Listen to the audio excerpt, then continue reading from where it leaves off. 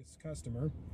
I look in the cabinet, I look in the camera cabinet, and what do I find but an Olympus OM-1. I'm going to hide the price tag for the moment because that's the best part of it. A working Olympus OM-1. I might as well just go ahead and show you. For $40. 40 bucks out the door. I could not believe that when I saw it. I said, he must have just meant to put that on the lens and forgot the camera or something. But no, he was selling it for 40 bucks, and it works.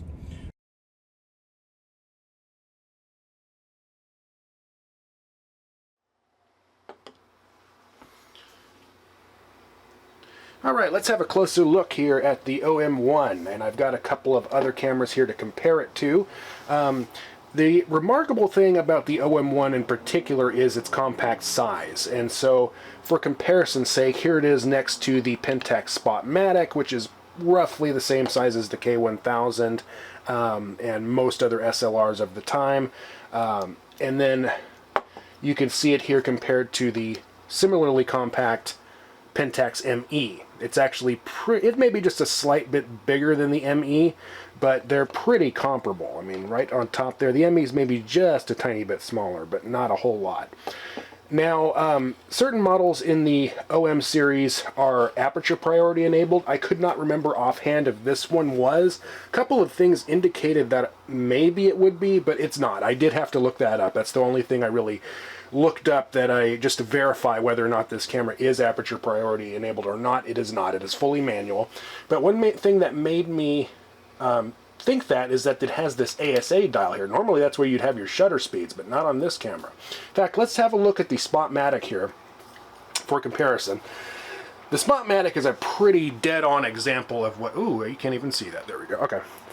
Actually, let's get it a little closer. Maybe you can see it a little better. I'll try and focus it for you, but it's out of the light. Okay. Spotmatic is a pretty straightforward example of what most cameras from this era were like. You have your shutter speed dial here. You have your ASA setting as an window inside the shutter speed dial, film counter, and then your aperture is right here on the lens, and then your rewind. And then the rewind button is down here. That's basically it. Give or take one or two things, self-timer. I forget what this does, but I think that's just the lens release. So yeah, that's very, very basic. That's standard for most cameras of this era. So for comparison, the OM-1 is a little bit different, as you'll see, because on this camera, let's give you a look at the top of it here. You've got an ASA dial. That's normally where your shutter speeds go, but your shutter speeds are actually here on this ring. And the speeds from bulb up to 60 are in blue, and everything beyond that, 125th to 1000, are in black. So what that tells you is that 60th is your flash sync speed, and nothing else beyond that will sync with your flash. And a couple of other features, I don't know exactly what these do. I mean, that's your PC sync port, but I don't know what these settings here are. I'd have to look that up to know for sure, but there's F, P, and X, whatever those mean, don't know. And then there's another dial over here. I don't know what that does either, but I do know that this is your rewind right here. So unlike on the Spotmatic and most cameras where you have that push-in button down here, here it is a dial. You set it right there to the R position, and that's your rewind. And then you have your self-timer there, and I still don't know what that does. And then, yeah, so shutter speeds are on here, and then your aperture normal is like anything else. It's right on here on the lens. That's what made me think that maybe this was aperture priority, because I don't know why you would have such a dedicated dial just for your ASA settings, other than, you know, setting it for your light meter, which I do not have a working battery in this camera, so even if it did have aperture priority, I couldn't really field test it today, but it doesn't, so it doesn't matter. But it is just a matchstick light meter, so, but supposedly it's pretty accurate. It's another one of the famous features of the OM-1 is that it does, while it is a matchstick meter, it is a TTL proper meter, and it's supposedly pretty damn accurate. So that's kind of what the OM series was famous for, was the accuracy of the viewfinder system.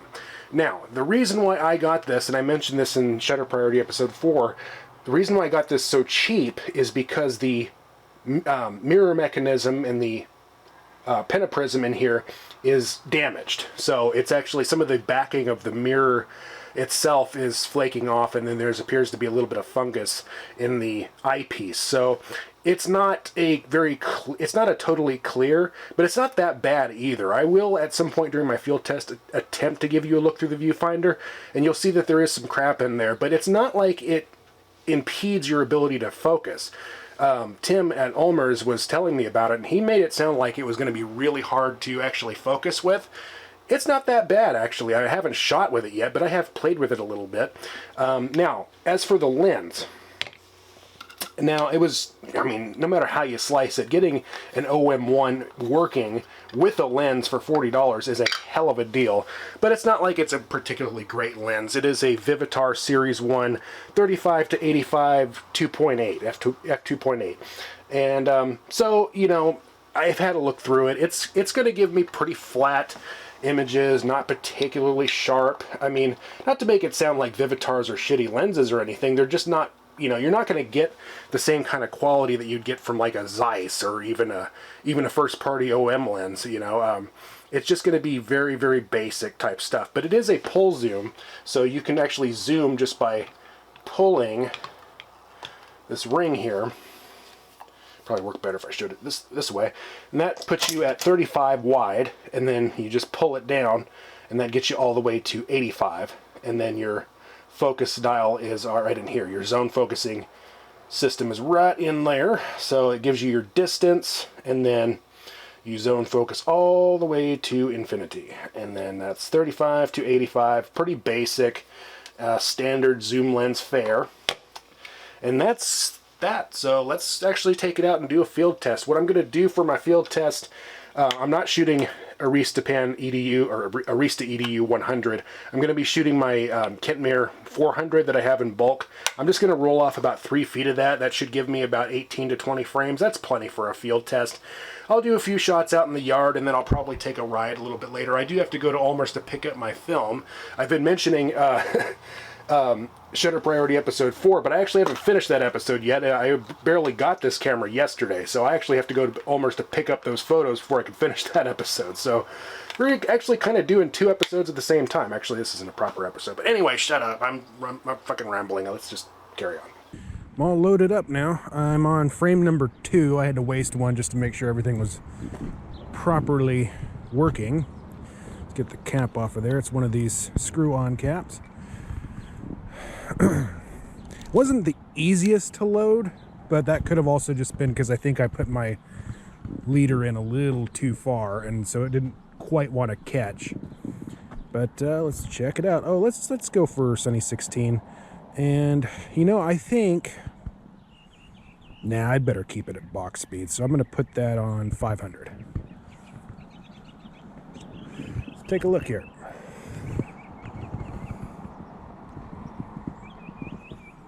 Well,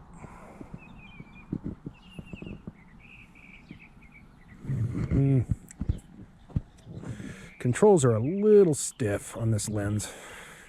Let's put that at 35.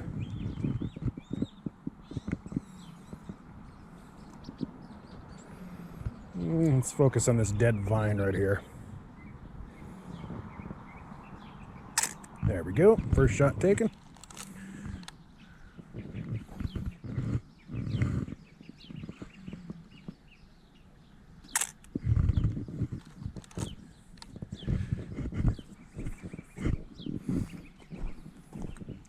Yeah, this is kind of crazy over here. These flowers are already dead.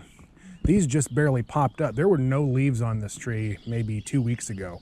And these flowers came in, then all the leaves came in, and then all the flowers died. So that all happened really, really fast. All right, let's just get one real close up here. In fact, I'm going to pull into 85.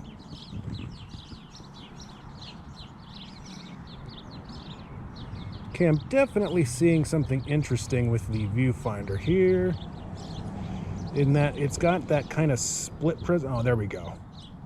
I'll tell you what though, when it finds focus, it finds it quite nicely. It is a nice viewfinder system, even with all of the damage to the mirror.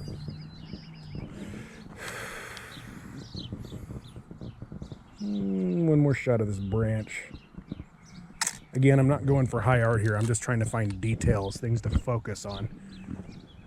Yeah, might as well pop a few off of the boat.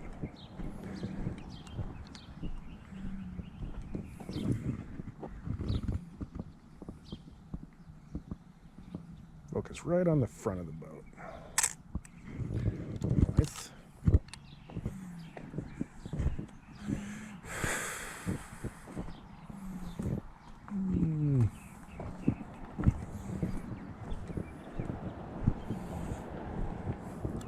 Try to get a little bit further back shot, see if I can get the no trespassing in focus.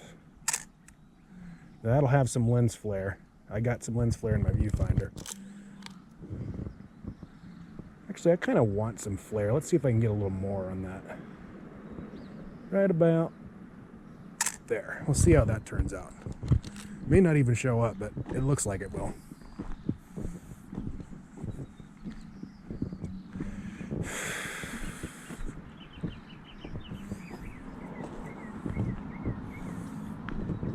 I don't know where that little weight came from. It looks like it's part of an exercise set, a really, really old one. Let's see if I can get that in focus. Yeah, like I say, when it finds focus, it finds it. Now, I had a little indication that it actually may have some decent bokeh. Or bokeh, or bokeh. I never know how you're supposed to pronounce it. I just call it bokeh. So what I'm looking for is to try to get this spot right here in focus and see how much bokeh I can get around it. Makes sense to stay at 85, but let's try 50. Let's put it right at 50. Oh, okay, you see that? Oh, thankfully it fell right here. I thought maybe it fell a little bit ago. This is definitely going to need to be glued on. Now I'm nervous about losing it, so I'm going to probably just take it off of there. Put it in my pocket. Yeah, I'm going to have to glue that down. All right. Yeah, not bad, actually. I like this viewfinder system overall. There's definitely fungus in the eyepiece. Like I say, I will try to give you a look through the viewfinder. I don't know exactly how I'm going to do that, but I can't really do that and POV at the same time because it doesn't look that way. Try another one. Let's see if I can get this twig here to separate from the leaves behind it pretty nicely. Yeah. Okay, so actually the bokeh is pretty nice, honestly. All right, so initial impressions are generally pretty damn good. The one thing I was concerned about, of course, is that the ASA thing fell off. So it does have a notch there, though, so when I put it back on, it does fit in a very specific spot. So I don't have to worry about losing my speeds there. I'm just not sure how I'm going to reattach it. I'm a little nervous about gluing it, but I'll figure that out. I just haven't figured that out yet. But for the moment, I'll probably just keep it off. It's really not that important in my case, to be honest, although you know what? I think I do have it wrong because I think I had it set to 250, which is actually wrong, but anyway, it doesn't matter. It's just for the light meter, and like I say, I don't even have a battery in this thing, so I'm not using the light meter anyway. As long as it's not aperture priority, it's not that big of a deal. So yeah, anyway, man, it's cozy to shoot with for the most part. It is a little tricky to get up here and adjust the or advance the lever, or advance the film, I should say. So that's probably been the only thing ergonomically, but that's also because I have pretty big hands. So like I'm trying to hold on to it here and then, you know, try to get down there and adjust. But that's been my only point. It's not a big deal at all. Yeah, so that is initial use. I'm pretty happy with it, but I really have to take it out and really have like an actual shooting, you know, experience with it before I really know for sure. But I like it. I like it a lot. All right, I gotta put my seatbelt on, otherwise the truck starts beeping at me. But I just got out of Omer's and I got my photos. for the Phoenix 2, so that will finish off that episode. And yeah, they look a little overexposed, surprisingly enough, but I can't really tell. The images on the contact sheet are so tiny you can't really tell, so I got to see when I get home. But I was trying to think on the drive over what I want to try to shoot for subject matter for the rest of my test run here, and I think I might just try some kind of general street photography type stuff, which is not something I do a lot, so I'm gonna try some of that. I might run out to maybe an industrial park, see if I can get some interesting compositions out there, and maybe I'll save a few frames and do a little bit of tabletop when I get home. I'm just kind of iffy on that, but that's where I'm at right now. So I don't think I'm going to document too much of that, but maybe a little bit if there's an opportunity, and we'll check in when I get back. All right, my field test is complete. You've seen the images, and so it's time to give my first impressions on the OM-1. A couple quick notes before I do that, though. Obviously, these aren't the most impressive images you've ever seen. It was just a field test after all. I didn't end up doing any street photography or tabletop as I was kind of thinking I might. I just wound up going out in the vineyards and shooting around there. I shoot a lot in the vineyards because I'm surrounded by vineyards. It is the wine country in the middle of the Central Valley, so I end up out there a lot, whether I like it or not. And yeah, I'm very pleased with it. Also, I wanted to note that the images did come out pretty grainy because I was in a bit of a hurry, and so I kind of did a bit of a rush job on my development. Normally, I would develop with Rodinal at 1+50 dilution because that gives you a little bit lower density, thinner, flatter, but overall much cleaner negatives with a lot finer grain. This time I thought I'd save 10 minutes by doing a 1+25 dilution, and that's basically because I develop in my kitchen, and it's a very small kitchen, and so it uses my entire kitchen countertop, and I was hungry and I wanted to make lunch, so I was trying to save time any way I could, so I thought I'd save 10 minutes by switching to 1+25 dilution. Rodinal gets pretty aggressive at 1+25. I really wouldn't go any lower dilution than that. That said, I was also a little bit rushing when I was doing my measurements, and there probably was an extra milliliter of Rodinal in that solution, so they're a little rugged. And I also didn't do any dust cleanup or anything like that because it was a field test after all. So that's that. And I also wanted to mention that I'm really impressed with this lens, actually. Now, when I was talking about it earlier, I was just kind of thinking, okay, it's a Vivitar, it's a zoom lens, it's, probably nothing too spectacular, and it's not. But it did handle things a lot better than I was expecting. It is definitely not the sharpest in the world. That was to be expected. But the bokeh was really surprising. I mean, you really can actually see quite a bit of it in some of these shots, and I was really surprised by that. I mean, that was definitely a handsome treat. And so I really like this lens. I'm still going to be investing at some point when I can afford it. I'm going to be investing in some proper OM glass because, you definitely want the real prime lenses. But with that said, first impressions about the camera, it is definitely a quirky camera by comparison to many others of its ilk and of this time period. Like I pointed out at the beginning, if you're familiar with a lot of the other SLRs from the 70s, like the K1000 or a lot of those type of fully mechanical, you're going to notice that things are in a little bit of a different place here. Like I say, the shutter speed dial being on the front is a little bit different. This ASA thing is kind of puzzling. By the way, I just stuck a piece of double-sided tape and just stuck it on there. At this point, I don't really think that's going to end up mattering too much. Obviously, I didn't end up testing the light meter because I don't have a battery. I mean, I could have taken one out of my Pentax ME, but it's much better served in the ME because that's an aperture priority camera. This is not. This just uses a regular matchstick light meter. It's supposed to be a very good light meter, though. That's one of the things that the OM-1 was famous for. The other being the viewfinder. And I mentioned at the top that the reason I got this so cheap is because the viewfinder is fucked up.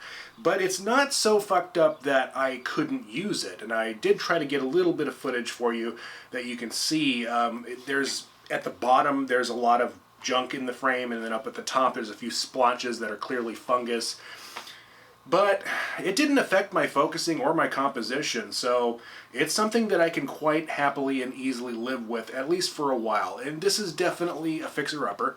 So, I mean, at $40, you kind of expect that. Oh, I also need to mention that I did get leaks. I did get light leaks. So this camera has a leak in it somewhere.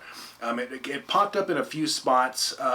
It looked like, with the exception of some of the order of the photos, it looked like it could have just been a case where there is a small light leak, but it was only creeping in when I was leaving the camera in the sun too long between frames. I'm not entirely sure about that because there's another shot that has a light leak that doesn't appear to be the case, so I don't really know, but it does have a light leak, no doubt. But it also doesn't seem to affect the actual images yet, so that's with anything. If you notice light leaks, they're going to get worse, and eventually they will affect the negative. So going to need a repair at some point. It's going to need at least a full CLA if I can live with the viewfinder, or I can just get the viewfinder system replaced, because the OM-1 his main feature that was famous for this camera was the viewfinder. So, you know, getting one that's kind of messed up viewfinder is a little bit of a downer, but overall I can see why the viewfinder was so well regarded at the time, because it is a very good viewfinder. So even with that little bit of damage, it doesn't really bother me too much. So yeah, so we will definitely be doing a proper full episode on the OM-1 at some point down the road. But I think I'm going to want to get a proper lens for it at first. As much as I like this lens and will be using it more, I want to get a proper 50 mil or a 35 or something for it. And yeah. That's about it. First impressions video in the bag. Hope you enjoyed it. I'll be doing more of these if and when I pick things up. Like I said, I am not in a position financially to be picking up very many cameras right now, so I only got this because it was just too good to pass up. I couldn't leave it there. It basically jumped into my hands and said, here, you're taking me home. Right? So I did, and I'm happy I did because I really, really like it. So anyway, yeah, thank you for joining me, and I'll see you later. Cheers.